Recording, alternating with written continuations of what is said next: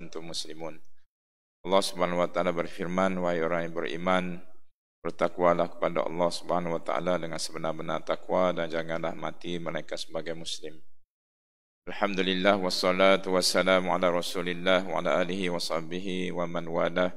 Rabbi shrah li sadri wa yassir li amri wahlul 'uqdatam min lisani yafqahu qawli. Rabbi zidna ilma warzuqna fahma. Allahumma 'allimna ma jahilna wa dhakkirna ma nasina. Alhamdulillah, kita bersyukur pada Allah Subhanahu wa taala. Pada malam ni kita sambung lagi kuliah kita berkaitan dengan buku Tazkiyatun Nufus, yang mana pada beberapa minggu lepas ataupun pada kuliah yang lalu kita telah menyebut mengenai makna ikhlas, yang mana kita sebut makna ikhlas itu ialah tajrid qasdit taqarrub ilallah. Kita mengosongkan, kita buat perkara yang lain selain daripada niat taqarrub kepada Allah Subhanahu wa taala, iaitu mendekatkan diri kepada Allah, yang mana akan mengeluarkan kita, menyucikan kita daripada segala jenis dosa. Ada juga disebutkan dalam definisi ikhlas itu ialah ifradullah azza wa jalla bil qasdi fit ta'at. Dalam kita melakukan ketaatan hanya kita tujukan kepada Allah, dan juga nisyan ru'yatil khalq, melupakan ataupun tidak melihat kepada makhluk, hanya melihat kepada Allah. Maknanya dalam segala tindak tanduk kita ataupun seluruh kehidupan kita ini, kita tak nampak sebab atau tujuan itu kepada makhluk, kita nampak hanya kepada Allah. Dan kita juga sebut bahawa ikhlas adalah syarat ataupun antara dua syarat untuk diterima amalan kita oleh Allah Subhanahu wa taala, iaitu yang pertama ikhlas lillah, yang kedua ialah muwafiq li sunnati Rasulillah, yang bertepatan dengan sunnah Rasul sallallahu alaihi wasallam. Jadi kita nak belajar perkara inilah supaya akhirnya segala amalan kita ini diterima oleh Allah Subhanahu wa taala. Sebagaimana Allah Subhanahu wa taala menyebut dalam surah Bayyinah, wa ma umiru illa liya'budullah mukhlishina lahuddin hunafa. Mereka tidak diperintahkan untuk beribadat kepada Allah selain daripada dengan ikhlas. Maknanya hanya dengan ikhlas sahaja kita disuruh supaya beribadat ataupun menjadi hamba Allah Subhanahu wa taala, iaitu menunaikan segala titah perintah dan juga meninggalkan larangan Allah, adalah atas ikhlas kita kepada Allah Subhanahu wa taala. Jadi malam ni kita sambung lagi tu pada kuliah yang lalulah, pada 24 Muharram ataupun 12 September yang lalu, dan malam ni kita sambung lagi.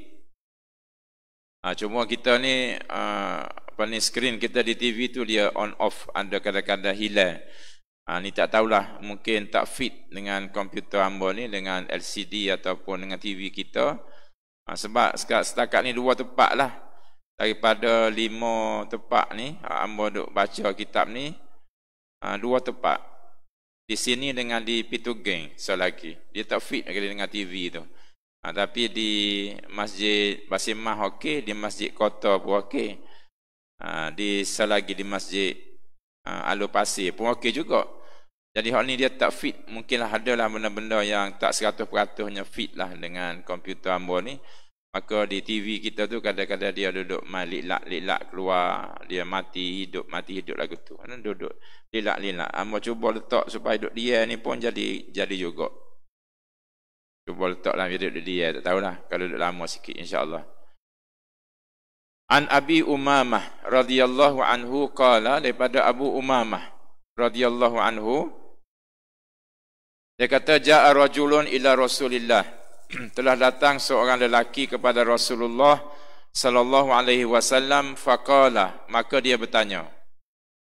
Dia tanya Nabi, seorang lelaki mari jumpa dengan Nabi, dia tanya Nabi, ara'aita rajulan ghaza yaltamisul ajra wa dzikra ma lahu.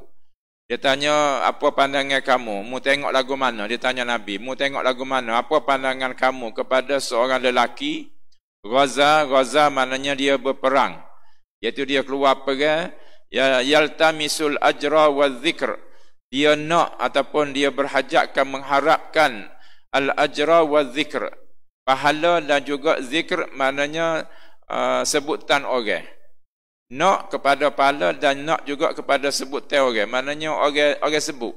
Maknanya nak kenama lah kalau kita bahasa kita nak kenama. Nak kepada pahala dan juga nak kenama. Faqala Rasulullah sallallahu alaihi wasallam, maka Rasulullah sallallahu alaihi wasallam menjawab, la syai'a lahu. Dia tak boleh apa satu. Dia nak kepada pahala dan dalam masa yang sama nak kenama, nak sahur. Nak suruh orang sebut bahawa dia tu hero ke, dia tu orang bisa ke, dia tu orang halal ke, nak kenama. Kalau bahasa lah ni berkali kalau jadi hero dalam perang ni balik-balik boleh pakak. Boleh jawab teh ataupun bolehlah apa-apa anugerah dan sebagainya lah berkali. Jadi dia nak pahala daripada Allah dan juga pada masa yang sama nak disebut ataupun nak sebut teh orang. Maka Nabi kata la syai'a lahu, tidak ada apa-apa baginya, tak leh apa satu. Nabi kata tak leh apa satu. Fa'adaha salasa marat. Nabi mengulangi ayat saat ni, ayat la syai'a lahu. Nabi ulang ayat tak leh apa satu saat ni 3 kali. Nabi kata la syai'a lahu, la syai'a lahu, la syai'a lahu. Tak leh apa satu, tak leh apa satu, tak leh apa satu. Wa yaqulu Rasulullah la syai'a lahu summa qala. Setelah dia kata 3 kali, Nabi ulang 3 kali saat ni, maka Nabi pun kata sambung lagi. Innallaha azza wa jalla, Allah azza wa jalla la yaqbalu minal amali, tidak menerima daripada amalan ini ataupun hak mana kita buat ini. Ni perang ni antara hak paling besar, jihad. Kalau kita belajar kitab fiqh sekalipun, kita mula dengan kitab bersuci tu, wuduk dan sebagainya, sehingga akhirnya kita akan jumpa dengan kitab jihad dan juga jinayah. Itu ngelah. Maknanya dalam fiqh pun kita belajar bab jihad ni, hak ngelah-ngelah dah, hak nak ngesuk habis dah. Ini maknanya satu perkara yang besar jihad. Dan juga jihad ini perang ni bukannya mudah sampai kita nak pergi perang. Bukan saja berperang itu, nak pergi perang tu pun dah perang dah. Nak pergi perang tu kita perang dah. Perang dengan diri kita dulu, nak pergi kau tak pergi. Sanggup kau tak kita nak pergi, nak perang, nak tinggal rumah, nak tinggal harta, nak tinggal kedudukan, sebab bila pergi perang ni dah 2 dah. Balik dengan tak balik, imman nasru wa imman syahadah. Sama ada kita balik dengan menang ataupun sama ada kita mati syahid. Imman nasru wa imman syahadah. Bila kita perang sama ada kita menang ataupun sama ada kita ni mati syahid. Maka nak pergi tu pun sebenarnya sudah perang dah nak pergi tu. Nak pergi perang tu kita perang dah dengan diri kita sendiri. Belum lagi dengan anak isteri kita. Anak-anak kita, abah nak pergi mana, duk main abah nak pergi mana, abah nak pergi mana, abah nak kelik bila. Sudah kita letih, kita pergi situ. Dengan isteri kita pun apatah lagi. Begitu jugalah dengan dunia kita yang kita nak tinggal. Dengan harta benda kita, dengan rumah kita, dengan kedudukan kita, dengan harta-harta kita yang lain. Pergi.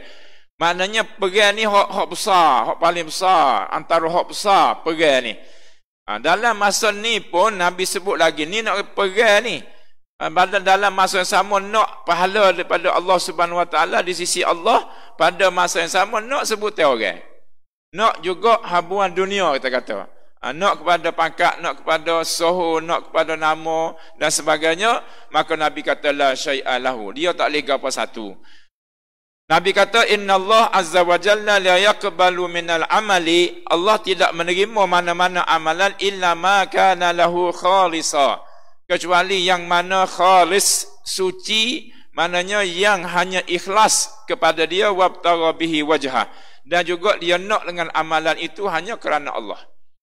Mana kita buat amalan hanya semata-mata kerana Allah, tak leh nak dua. Buat kerana Allah, hak kerana moga lain itu akan dapat. Semacam kita kata buat kerana akhirat, buat untuk akhirat, dunia kita akan dapat. Kita buat kerana Allah, kerana dunia ini kita pasti akan dapat. Sebab Allah Subhanahu Wa Taala tidak akan menzalimi kita. Kita tidak kena buat dua. Maknanya buat hak dunia sah, buat hak akhirat sah. Kita disuruh oleh Allah Subhanahu Wa Taala wa batari fi ma atakallahu daral akhirah wa la tansa nasibaka minad dunya. Mu carilah tujuan kamu, aim kamu, target kamu tu akhirat. Tetapi kamu kena ingat kamu berada di dunia. Maka kita la tansa nasibaka minad dunya. Jangan lupa hak kamu ni duduk dunia. Maknanya keduniaan itu ada juga, tetapi ataupun target utama kita adalah untuk mencapai akhirat. Dan Allah Subhanahu Wa Taala tidak akan lupakan kita dunia ni. Allah Taala tidak akan menzalimi kita kerana kita buat sana nak akhirat.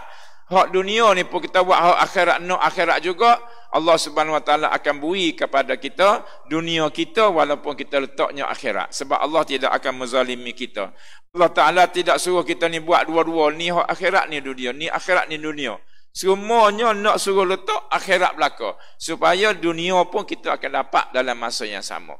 Macam kita lah ni kita pergi hijau. Hijau ni sebagaimana merasa pernah sebut, kalau kita bagi 3 masa kita sehari, masa hijau ni 8 jam. 8 jam maknanya 1/3. Masa kita hijau, sama ada kita hijau dengan orang ataupun kita hijau sendiri, kita menego dan sebagainya, sama ada kita ni sebagai toke ataupun kita sebagai koli, lebih kurang 8 jam kita buat hijau. Hak nama hijau sekarang ni kita sebut dunia. Kita buat hijau dunia, kita kata. Maka 8 jam hijau, 8 jam masa kita tidur. Kalau kita bagi masa ni 3, 8 jam masa hijau, 8 jam masa kita tidur. Daripada malam pukul 10, 11, 12, 1, 2, 3, 4, 5, 6. Sehinggalah subuh kita tidur. 8 jam kita tidur dan hanya 8 jam lagi masa untuk kita buat perkara-perkara lain.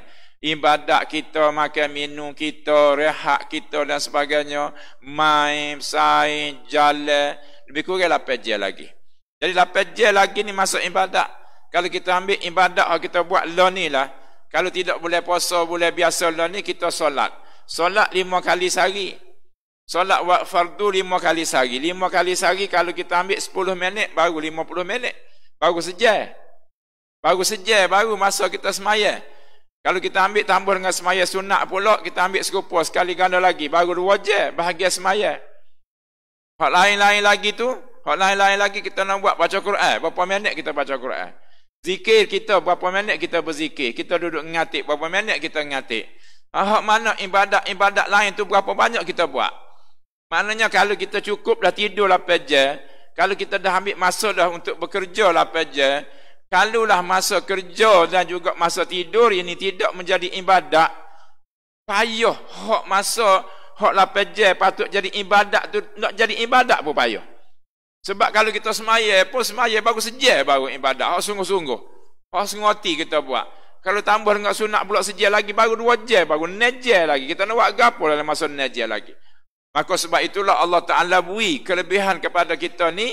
Hak kita buat ibadat kita ni, hak kita buat kerja kita, dunia kita ni, kena tuju ke akhirat. Maka kita akan dapat juga dunia dalam masa yang sama. Seperti hijau. Sebab kita ambil konsep yang asas, iaitu al-hayatu kulluha ibadah. Kita ambil konsep asas kehidupan, satu kehidupan ni adalah ibadah. Kehidupan kita ni ibadat. Jok daripada kita bangun pagi tadi sehinggalah kita nak tidur pula sekarang, sebenarnya kita kena letak bahawa ibadat. Bahkan tidur kita tu beribadat. Sebab kita tidur kerana Allah, kita tidur kerana merehatkan diri. Untuk kita bangun, kita bekerja, kerja itu pun ibadat lagi. Maka kita bagi hak kepada tubuh kita. Sebab Nabi pun sebut ati likulli dzi haqqin haqqah. Bagi hak kepada setiap yang berhak.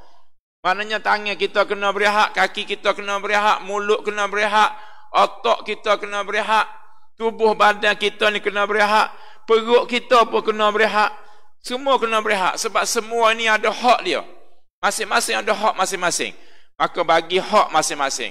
Maka bila kita tidur, sebenarnya kita melaksanakan, menunaikan ataupun memberikan hak kepada yang berhak. Maka kita beri hak kepada yang berhak, itu adalah juga ibadat.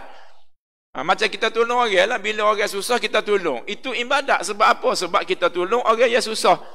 Bila orang meminta kita memberi, itu pun juga ibadat. Sebab kita menolong orang yang susah, kita memberikan kepada orang yang memerlukan. Semua tu jadi ibadat. Sebab itu kita kata seluruh kehidupan kita ni ibadat. Sehinggalah perkara-perkara yang kita buat, perkara hak kita tengok jijik sekalipun ibadat. Ada qada hajat, ada istinja. Qada hajat maknanya kita buang. Kita kecing, kita berak, kita buang. Kita buang air kecil, kita buang air besar. Semua tu kita panggil qada hajat. Qada hajat ni juga ibadat. Sebab kehidupan kita ni memerlukan kita buat. Allah Ta'ala buat dah secara automatik. Mari berasa nak kecing, kita kecing. Mari berasa kita nak buang air besar, nak berak, kita berak. Jadi itu adalah ibadat sebab kita tunggu mana Allah Ta'ala buat. Maka kita qada hajat itu pun kerana Allah Subhanahu Wa Ta'ala. Sebab itulah kita nak masuk bilik air pun diajarkan doa oleh Nabi SAW. Walaupun kita nampak bilik air ni bilik hak kotor lah. Sebab tempat kita buang najis kita. Tetapi masih lagi Nabi ajar nak masuk bilik air itu pun kena baca doa lagi. Kerana ibadat kepada Allah Subhanahu Wa Ta'ala. Semua tu jadi ibadat belaka. Sehinggalah kita dengan isteri kita, sehinggalah sahabat-sahabat pernah tanya Nabi, hak segala kita buat benda baik ni nampak ibadat, dia kata. Lepas tu hak kita buat dengan orang puan kita, orang lelaki puan, suami isteri, dia buat dengan isteri dia, suami dia ni pun kira ibadat juga ke benda lagu tu. Nabi kata ibadat jugalah. Sebab itu kehidupan. Allah Ta'ala buat dah kita ni lelaki sebagai suami, perempuan sebagai isteri. Bila ada suami isteri, maka berlakulah hubungan di antara suami isteri. Maka hubungan di antara suami isteri ini pun dia kata juga adalah ibadah kepada Allah Subhanahu Wa Ta'ala. Bukan saja-saja. Sebab itulah Nabi pun cerita lagi, ada hak sunat lagi. Nak bersama suami isteri ni pun ada hak cara sunat, ada tempat sunat, ada masa sunat, ada tika sunat. Sebab semua tu dikira ibadah. Kalau tidak ibadat, tak perlu ayat dah masa ni sunat, bila sunat, keadaan lagu mana sunat dan sebagainya, cara lagu mana sunnah. Jadi tidak perlu Nabi ajar dah kalau tidak ibadat. Tapi kerana ibadat, maka Nabi ajar. Begitu jugalah dengan perkara-perkara yang lain. Bercakap pun ibadat. Lepas tu Nabi kata, man kana yu'minu billah wal yaumil akhir falyaqul khairan aw liyasmut. Siapa dia yang beriman dengan Allah hari akhirat, maka hendaklah dia bercakap yang benar ataupun dia diam. Itu adab dalam bercakap. Adab bercakap ni ialah bercakap benda yang benar. Begitu jugalah siapa yang tidak menghormati orang tua dan orang tua yang tidak menyayangi orang muda, semua itu adalah ibadat. Orang tua sayang ke orang muda menghormati orang tua, itu ibadat kerana disebut oleh Nabi SAW. Tu cara kita berurusan. Cara kita berurusan sama-sama makhluk ini. Orang tua sayang ke orang muda hormat ke orang tua. Ibadat. Sebab apa ibadat? Sebab Nabi ajar benda-benda lagu tu. Sebab tu kita panggil semua kehidupan kita ni ibadat. Duduk pun ibadat. Iyakum wal julus fi turuqat, hatta duduk tepi jalan tu pun disebut oleh Nabi SAW supaya duduk molek tepi jalan. Jangan ganggu orang lalu lintas. Budak-budak muda, anak-anak muda kita, adik-adik kita, anak-anak kita, orang-orang muda duduk tepi jalan. Budak muda jatuh duduk atas wakaf dan sebagainya, dia Nabi kata iyakum wal julus fi turuqat, duduk molek, jaga-jaga. Kalau duduk tepi jalan ni, kalau boleh tak payah duduk kupu-kupu tepi jalan. Tapi kalau ada hajat nak jumpa betul-betul, nak buat silaturahim lah sama-sama dia ni, kena jaga ada adab jalan ni tu. Jangan ganggu budak-budak tina. Jangan ganggu orang. Jangan duk sekat orang. Jangan duk buat mengganggu sehinggalah kadang-kadang menyakitkan orang dan sebagainya, ataupun mudaratkan orang lain. Tak boleh. Sehingga orang nak lalu lintas pun orang jadi takut. Budak-budak tina nak pergi kedai pun takut. Nak keluar pergi sekolah pun takut. Sebab ada budak-budak jatuh ramah duduk kupu atas wakaf. Tak boleh. Jadi benda lagu tu, duduk atas wakaf tu pun ibadat. Kalau ikut cara hak Nabi royak. Kita duduk dalam majlis ni pun ibadat. Dan ada cara dalam majlis ilmu, ada cara dia. Duduk dalam majlis biasa ada cara dia. Duduk depan tok guru ada cara dia. Semua. Kalau kita sebut sesar, adalah kenal dengan kita aja. Semua tu adalah ibadat. Sebab itulah Nabi ajar kepada kita. Jadi kalau kita ambil daripada perkara sani, seluruh kehidupan kita adalah ibadat kepada Allah Subhanahu Wa Taala. Jadi hak lapajah kita kerja tu pun kita nak jadikan ibadat. Bila kita kerja lapajah nak ibadat, syarat nak kerja tu jadi ibadat, nombor satu, kerja tu halal. Kerja tu kerja yang halal. Pekerjaan yang halal. Pekerjaan yang ada syar'i dia. Maknanya diluluskan oleh syarak. Pekerjaan yang tidak orang panggil bertentangan dengan syarak. Yang tidak bertentangan dengan yang yang tidak dilarang oleh Allah Subhanahu Wa Taala. Pekerjaan tak semestinya yang disuruh, tapi pekerjaan yang tidak dilarang oleh Allah Subhanahu Wa Taala. Cara bekerja cara yang halal. Ada orang kerja halal tapi cara bekerja cara yang tidak halal. Ada cakting orang, ada tipu orang, ada bernego, mana berlawan dengan orang, buat nyak-nyak ke orang dan sebagainya, letak harga murah sehingga orang tak beli tempat orang lain, mari beli tempat kita. Semua perkara-perkara tu ada adab dia. Maka kerja kita mesti yang pertama kerja halal, yang kedua cara yang halal dan berlaku dalam suasana yang halal. Kalau kita kerja pejabat dalam menutup aurat sebagai contoh. Kalau kita berniaga di pasar sekalipun dalam keadaan menutup aurat sebagai contoh. Pergaulan yang terkawal antara lelaki dan perempuan. Dan kita di negeri Kelantan kita ni alhamdulillah banyak inisiatif yang kita buat di pasar-pasar. Kita ada tulis supaya menutup aurat. Kita ada kaunter-kaunter contohnya di tempat-tempat bayar kita buat laki puan dan sebagainya. Memang berlaku juga lagu-lagu mana pun, tetapi kita sudah mengingatkan. Itu tugas kita. Allah Ta'ala tak tanya kita ni berapa peratus, berapa banyak yang kita boleh buat. Tapi Allah nak tengok hak mana kita buat. Hak mana dia suruh tu kita buat ke tidak. Kita cuba ingatkan orang ke tidak. Kita suruh menutup aurat bukan semua orang menutup aurat, tapi kita suruh ke tidak. Kita ditanya oleh Allah Subhanahu Wa Ta'ala sama ada kita menyampaikan ataupun tidak. Sebab tu Nabi pun kata balighu anni walau ayah, sampaikan daripada aku walaupun satu ayat. Kena royak. Dan kita telah royak, kita tepek yang benar di pasar-pasar, kita tepek dah menutup aurat dan sebagainya, zon menutup aurat. Kita buat kempen lagi aurat terjaga, maruah terpelihara dan sebagainya. Sebab apa? Sebab kita nak supaya dakwah ataupun seruan itu sampai kepada kita. Karena itu adalah ibadah kepada Allah Subhanahu Wa Taala. Jadi kita nak jadi kerja kita ibadah, cari kerja yang halal, buat dengan halal, berlaku dalam suasana yang halal, maka jadi ibadahlah. Tapi kalaulah kerja halal nego, tapi dalam nego tu nipu, dah tak jadi ibadahlah. Ataupun kerja tu halal nego saat ni dia tak nipu comel, hukum molek, timbang molek. Tapi dalam keadaan yang tidak halal seperti dalam keadaan tidak menutup aurat, maka tak jadi ibadahlah dia.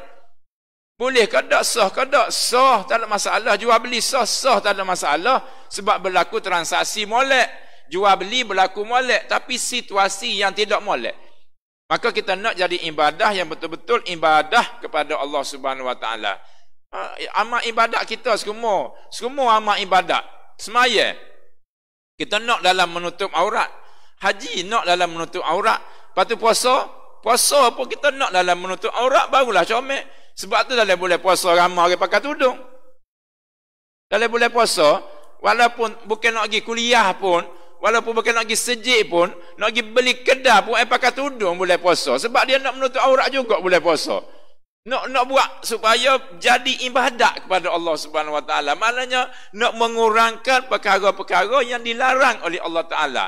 Nak kurang ke hak dedah aurat tu, nak kurang ke hak dosa tu. Maka kita terfikir nak buat ibadat kepada Allah Ta'ala dalam bulan puasa. Walaupun bukan syarat puasa tu menutup aurat, dah. Tapi kita nak suruh jadi comel ibadat puasa kita tutup aurat. Sebab nak suruh jadi comel. Samalah dengan keadaan yang lain, zakat dan sebagainya. Orang nak baca Quran, ambil tudung letak atas kepala walaupun duduk di rumah dia. Duk baca dengan ayah dia ni, tapi ambil tudung tak atas kepala. Padahal tak apa, tak ada masalah. Tapi sebab kita nak suruh jadi kohor comel, nak suruh kohor molek, kerana kita letak benda tu ibadat. Dalam ibadat ni semua nak suruh jadi comel belaka. Maka kita nak supaya kehidupan kita, kerja kita lapan jam tadi jadi ibadat. Sama juga dengan tidur. Tidur kita kerana Allah.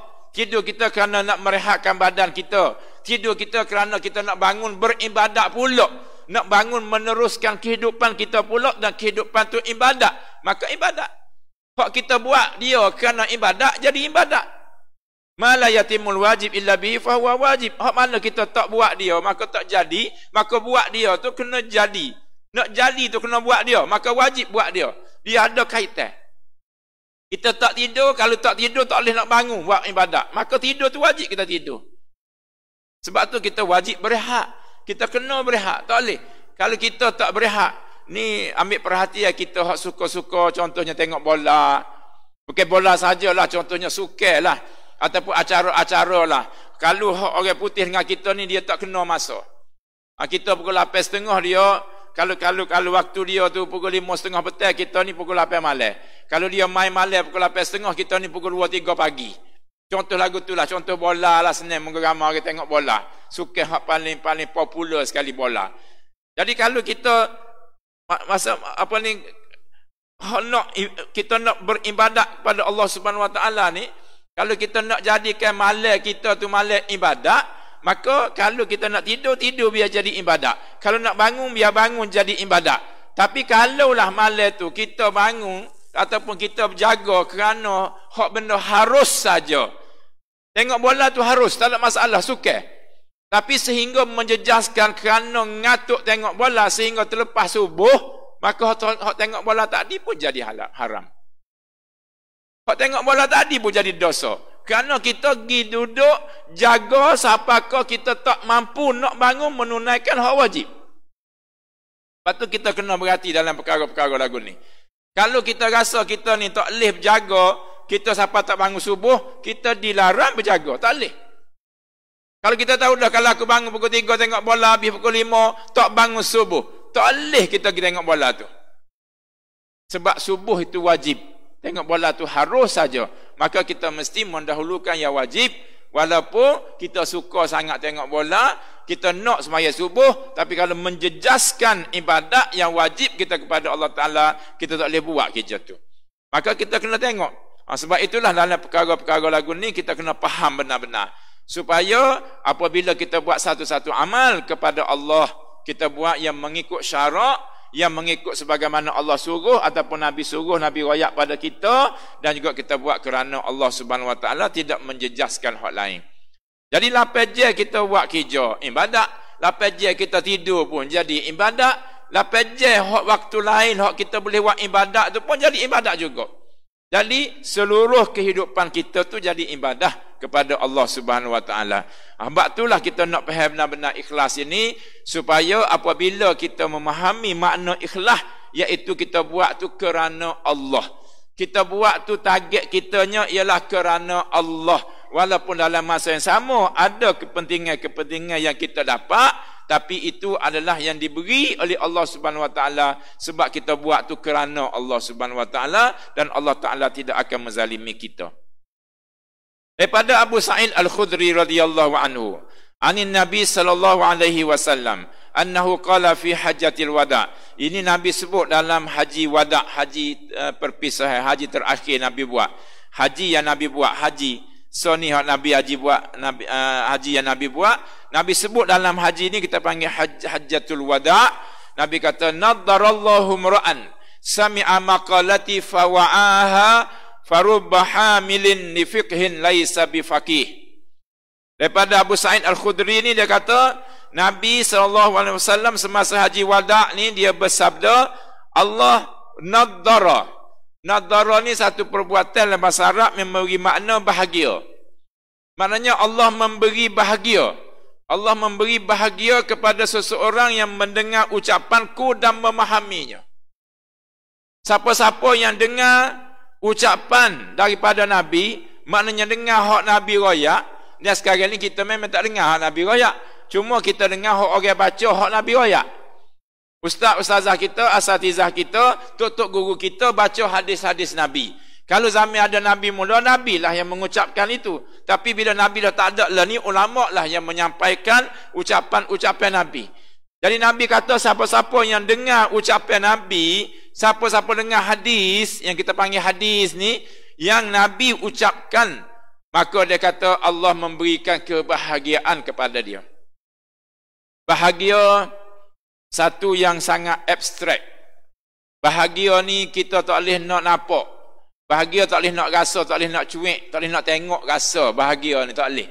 Dan dia subjektif. Dia berubah tak serupa antara orang dengan orang. Ada orang bahagia dengan anak yang ramai.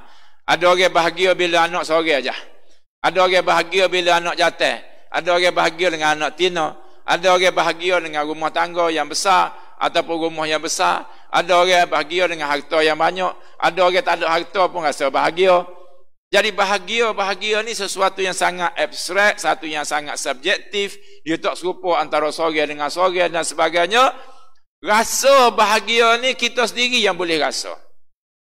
Contoh kita kata kalau kita orang lelaki ni rasa bahagia kali kalau kita boleh bini dengan orang tina comel. Kita boleh bini dengan orang tina comel belaka, tak ada hak uduh seorang apa. Sebab mana? Sebab hak kita pilih tu lah hak kita rasa paling comel je.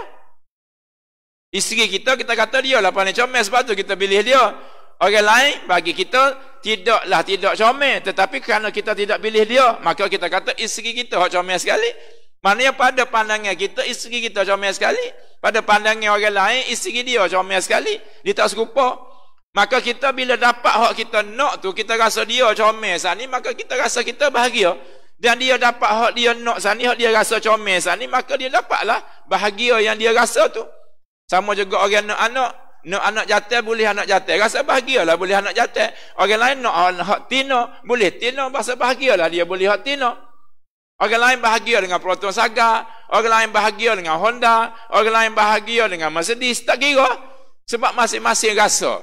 Hak mana kita rasa itu bahagia. Tapi Nabi riwayat sini hanya kita nak fahamnya ialah siapa dia dengar perkataan Nabi, Allah masukkan kebahagiaan. Maknanya kita bila kita dengarkan macam yang baca ni daripada Abu Sa'id Al-Khudri, Nabi kata sekian-sekian, ini perkataan Nabi. Maka orang yang dengar perkataan ini, Nabi kata Allah memberikan dia rasa bahagia. Farubba hamilin li fiqhin laisa bifaqih. Kadang-kadang Nabi kata hamilin li fiqhin, orang yang belajar fiqh, orang yang pandai fiqh, orang yang belajar fiqh. Fiqh ni ilmu hak paling dalam kita. Sebenarnya dalam setiap ilmu dia ada fiqh. Dalam setiap ilmu dia ada fiqh. Fiqh lah ni kita panggil sains. Kalau kita kata fiqh bahasa, ada kalau belajar bahasa, fiqhul lughah kita panggil. The science of language, lughah. Bahasa maknanya ada juga fiqh dia. Selain daripada fiqh biasa hukum hakam ni, setiap ilmu tu dia ada sains dia. Dia ada fiqh dia kita panggil. Sebab itulah Allah Ta'ala sebut mendalami sesuatu perkara itu dia panggil tafaqquh. Ambil asal juga daripada fiqh. Man yuridillahu bihi khairan yufaqihu fid din. Siapa dia yang Allah nak bagikan kepada dia khair, iaitu kebaikan, maka Allah jadikan dia faqih dalam ilmu yang dia belajar. Maknanya kalau dia belajar matematik, dia jadi pakar matematik. Kalau dia belajar medical ke perubatan, dia akan pakar dalam perubatan. Kalau dia ngaji bahasa, dia pakar dalam bahasa. Kalau dia ngaji sastra, dia pakar dalam sastra. Nabi kata siapa yang Allah nak berikan dia kebaikan, Allah jadikan dia ni pakar, faqih dalam apa dia ngaji. Tak kiralah dia ngaji apa-apa sekalipun. Itu orang, satu tanda orang yang Allah berikan kepada dia kebaikan. Tetapi Nabi kata juga, bukanlah setiap orang yang memang pakar dalam bidang dia ini sebenarnya dia faqih, sebenar-benarnya pakar. Sebab kita banyak jumpa dalam keadaan-keadaan yang tertentu, orang tu dia pakar dalam bidang dia, tetapi hak dia buat tidak menggambarkan kepakaran dia. Orang yang alim tapi hidup dia tidak menggambarkan kealiman dia. Orang yang tahu perkara-perkara hukum hakam tapi dalam hidup dia tidak menggambarkan dia ni orang tahu hukum hakam. Maknanya dia tidak mengamalkan apa yang dia tahu, ataupun ilmu yang ada kepada dia, dia tidak amalkan, apatah lagilah apa yang dia buat sekiranya tidak ikhlas kepada Allah Subhanahu Wa Taala. Jadi kita nak selamat lagu mana? Nabi sebut untuk selamat salasun, ada 3 perkara. La yughillu alaihinna qalbu mri'in mu'min, yang tidak akan merosakkan hati seseorang yang mukmin. Siapa-siapa saja ada 3 perkara ni, Nabi kata insya-Allah hati dia selamat. Hati dia selamat. Yang pertama ikhlasul amali lillah. Yang pertama ikhlas. Bila orang tu ikhlas, selamat dia. Ini hak tajuk kita mula-mula dalam kitab ni, kita belajar ikhlas. Sebab kalau ikhlas, selamat. Lepas ni kita akan jumpa minggu depan ataupun kuliah akan datang, kita akan jumpa. Ulama kata, kalau kita boleh dalam hidup kita ni 1 saat saja, 1 detik sahaja ikhlas najatul abad. Maka dia kata selamat kita sepanjang hayat. Kalau boleh, dalam masa kita duduk setengah jam dengar ni, kalau boleh 1 detik saja, saat yang betul-betul kita ikhlas, Nabi kata najatul, ataupun ulama kita kata najatul abad. Dia ni orang panggil dia berjaya selama-lamanya. Kalau boleh 1 detik je, sesaat saja pun tak apa dah. Kita takutnya 30 minit kita bersama, 30 minit kita bercakap ni, hak hamba bercakap 30 minit ni, lek hamba sendiri pun serupa. Allah Ta'ala kira juga mu ikhlas ke tak mu berayak ni. Lek orang mendengar pun sama, mu mendengar ni ikhlas ke tak kerana Allah Subhanahu Wa Ta'ala. Tapi Nabi kata, ataupun ulama kita kata, siapa dia yang boleh ikhlas 1 detik sahaja, najatul abad. Dia ni selamat sepanjang hayat. Kalau kita boleh 1 detik saja kita ikhlas. Maka yang pertama ikhlas. Ini tajuk kita dalam kitab ni. Ada lagi tajuk. Ni baru tajuk kedua. Ada lagi tajuk ikhlas. Ada lagi tajuk ikhlas. Ikhlas ada 3 bab ikhlas saja. Hak mula-mula ni kita baca. Wal munasahatu li a'immatil muslimin. Dan juga nasihat menasihati kepada a'immah. A'immah maknanya pimpinan Islam. Kepada pemimpin-pemimpin orang Islam. Sebab itulah kita, pemimpin-pemimpin kita kena Muslim. Sebab bila pemimpin yang Muslim, dia menerima nasihat daripada kita sebagai Muslim. Sebab kita sama-sama Muslim ini, kita nasihat menasihati. Kita dengar mendengar. Sama-sama kita. Allah Ta'ala pesan, wal asri innal insana lafi khusr illa alladhina amanu wa amilus solihat wa tawasaw bil haqq wa tawasaw bis sabr. Jadi orang mukmin, orang yang beramal ini, orang beriman dan beramal ini, Nabi kata tidak akan rugi. Tidak akan rugi.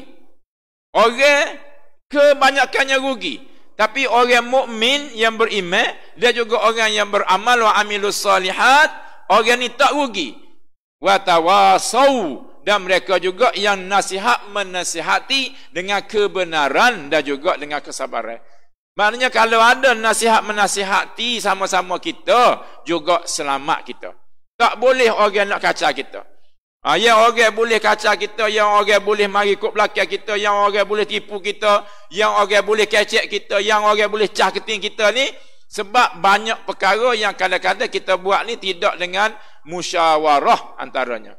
Kita tak mesyuarat molek. Kita tak pakat molek, dan kadang-kadang kita tak dengar kata orang. Kita nak pakai buah kita saja, tak mendengar nasihat daripada rakyat jelata, ataupun tak mendengar nasihat daripada orang lain. Sebab bila ada munasahah ni, nasihat menasihati, insya-Allah kita akan selamat. Ni hak Nabi raya. Dan juga waluzum jamaatihim, bersama dengan jamaah orang-orang Muslim. Sebab itulah dalam hidup kita ini, kita kena berjemaah. Kita tak boleh duduk seorang-seorang. Ada orang yang kata dia tak sejemaah kerana jemaah tu bunyi politik. Sebelum daripada politik parti, dia kena jemaah. Daripada jemaah itulah adanya parti. Kalau tak ada jemaah, mana ada parti? Sebab parti diwujudkan bila ada satu kumpulan orang yang akan menubuhkan parti. Maknanya sebab itu kena ada jemaah. Letak dulu bahawa kita mengumpulkan orang dalam satu kumpulan ini ialah kerana kita nak menyatukan orang-orang Islam. Nak berjemaah. Sebab Islam ni dia kena berjemaah. Nabi daripada sore lagi, Nabi hak peringkat mula-mula 3 tahun pertama, walaupun tidak secara terang-terangan dakwah dia, tapi Nabi sudah bersama dengan beberapa orang sahabat. Nabi bukan seorang. Maknanya cara yang ditunjuk oleh Nabi pun dia tidak seorang. Dia mesti bersama dengan jemaah. Yadullahi ma'al jamaah. Allah Ta'ala juga bersama dengan jemaah. Dia bukan bersama dengan seorang. Dalam kaedah kita itu pun, dalam kaedah kita dalam Islam ini pun, jemaah itu mesti didahulukan daripada seorang. Kalau ada pandangan jemaah bertembung dengan pandangan kita seorang, kena pakai pandangan jemaah. Kalau ada keperluan jemaah bertembung dengan keperluan kita seorang, maka dahulukan keperluan jemaah. Tak boleh pakai kita seorang walaupun kita pengurusi. Kita pengurusi. Tetapi apabila jemaah AJK semua tak setuju dengan pandangan kita dan pandangan mereka lah dipersetujui, maka kita kena pakah jemaah. Itu gunanya musyawarah. Kita bermusyawarat. Wa amruhum syura bainahum. Orang Islam ini, hal antara mereka ini diselesaikan dengan syura. Dengan adanya musyawarah dan sebagainya, maka pentingnya jemaah. Daripada jemaah itulah ada syura, mesyuarat dan sebagainya, maka perkara-perkara inilah perkara yang kita perlu beri perhatian. Sehinggalah dalam kita mentadbir sekecil-kecil perkara pun, kita mentadbir masjid ke, kita mentadbir sekolah ke, kita mentadbir kampung ke, kita mentadbir keluarga kita apa sama juga. Apabila keperluan keluarga lebih daripada keperluan kita seorang. Kita ayah, betul kita ayah. Tapi kalaulah keperluan keluarga tu ada melebihi keperluan kita, dahulukan keperluan keluarga kita daripada keperluan kita seorang. Kalau kita ketua kampung, kampung tu ada kepentingan lebih daripada kepentingan kita seorang, maka dahulukan kepentingan orang kampung daripada kepentingan kita seorang. Itu Islam ajar, iaitu bersama dengan jemaah. Jadi kalau ada 3 perkara ni, Nabi riwayat dalam hadis yang sahih, ada 3 perkara ni, ada ikhlas, ada nasihat menasihati kepada pimpinan orang Islam, dan juga adanya luzum ataupun keberadaan kita, kewujudan kita, kebersamaan kita dalam jemaah orang Islam. InsyaAllah kita tidak akan dirosakkan hati kita oleh apa-apa sekalipun, dan insyaAllah kita akan teguh dan kita akan tetap bersama dengan Allah Subhanahu Wa Taala. Jadi insyaAllah kita sambung semula pada kuliah yang akan datang ni. Pada hari ini kita tamatlah situ insyaAllah, yang mana kita akan sambung lagi. Kita akan tengok dengan 3 perkara tadi sebenarnya menjadikan hati kita ini benar, dan juga hati kita ni soleh, kita panggil, ataupun baik. Dengan 3 perkara tu, nak letak satu neraca nilai, nak tahu hati kita ni comel tak comel. Ikhlas. Boleh tak kita ni ada nasihat menasihati, kadang-kadang kita nasihat orang boleh, orang nak nasihat kita tak boleh. Kita nak tegur orang suka, tapi bila orang tegur kita tak boleh. Duduk mana kita? Itu cara kita nak timbang hati kita ni benar baik tak baik. Dengan 3 perkara tadi, begitu jugalah bersama dengan jemaah. Jangan kita pandang berasa kita bijak seorang, orang lain tak betul belaka, maka tak sih bersama dengan orang lain. Tak boleh. Kita kena buat kira dalam jemaah, dalam kumpulan kita yang ramai, insya-Allah. Semoga apa-apa yang kita sebutkan pada malam ni diberkati oleh Allah Subhanahu Wa Taala, memberikan sedikit ilmu kepada kita supaya kita tetap akan membersihkan hati kita, supaya apa yang kita buat ini benar-benar ikhlas kepada Allah Subhanahu Wa Taala, sehingga kita berjumpa lagi insya-Allah. Rabbana la tu'akhidna in nasina aw akhtana, Rabbana wa la tahmil alaina isran kama hamaltahu alal ladzina min qablina, Rabbana wa la تحملنا ما لا طاقة لنا به واعف عنا واغفر لنا وارحمنا أنت مولانا فانصرنا على القوم الكافرين ربنا هب لنا من أزواجنا وذرياتنا قرة أعين واجعلنا للمتقين إماما اللهم إنا نعوذ بك من البرص والجنون والجذام ومن سيء الأسقام اللهم إنا نعوذ بك من البرص والجنون والجذام ومن سيء الأسقام. Ya Allah, ya Tuhan kami, hindarilah kami, selamatkanlah kami, peliharalah kami daripada penyakit seperti sopak, seperti penyakit gila, seperti penyakit kusta, dan juga mana-mana penyakit seperti COVID-19 ini. Ya Allah, ya Tuhan kami, segeralah angkat penyakit ini ataupun wabak ini daripada kami, daripada negara kami, daripada bumi ini seluruhnya, dan juga sembuhkanlah mereka yang telah dihinggapi oleh penyakit ini dan kembali kepada keadaan yang asal dan keadaan kita yang sebelum ini yang lebih baik daripada yang sebelum ini. Ya Rabbal Alamin, Ya Arhamar Rahimin. Rabbana atina fid dunya hasanah, fil akhirati hasanah, wa qina azaban nar. Wa sallallahu ala sayyidina Muhammad wa ala alihi wa sahbihi wa sallam. Aqulu qawli hadha wa astaghfirullahal azim li wa lakum. Assalamu alaikum warahmatullahi wabarakatuh.